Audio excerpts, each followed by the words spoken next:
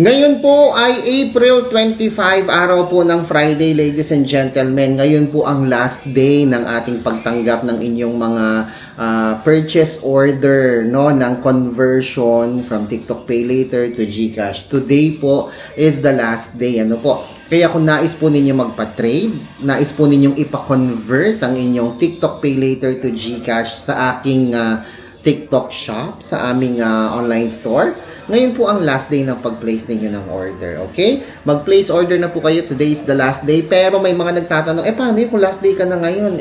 Sarado na. Paano na yung payout namin? Sabi nilang ganun. So, huwag po kayo mag-alala, ladies and gentlemen, dahil tuloy-tuloy pa rin po ang pag-payout natin, no? Ngayon lang po yung huling araw ng pag-accept ng ating orders, no? Tapos beginning tomorrow, wala nang, tomorrow isi-ship out yan, no? So yung lahat na marireceive nating orders for today, bukas ang ship out April 26. Tas after nyan, wala na po tayong tatanggapin at magpe-pay out na lang po tayo na magpe-pay out. Okay po? No, magpa-process na lang tayo na magpa-process ng inyong mga TikTok Pay Later to GCash, no?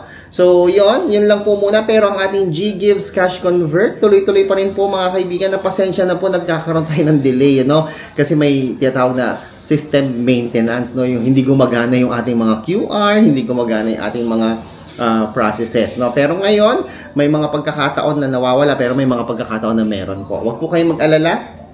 Basta ang katransact ninyo, DJ Chico, hindi kayo magkakaroon ng problema. Ako po si Chico. Enjoy the rest of the day and God bless po.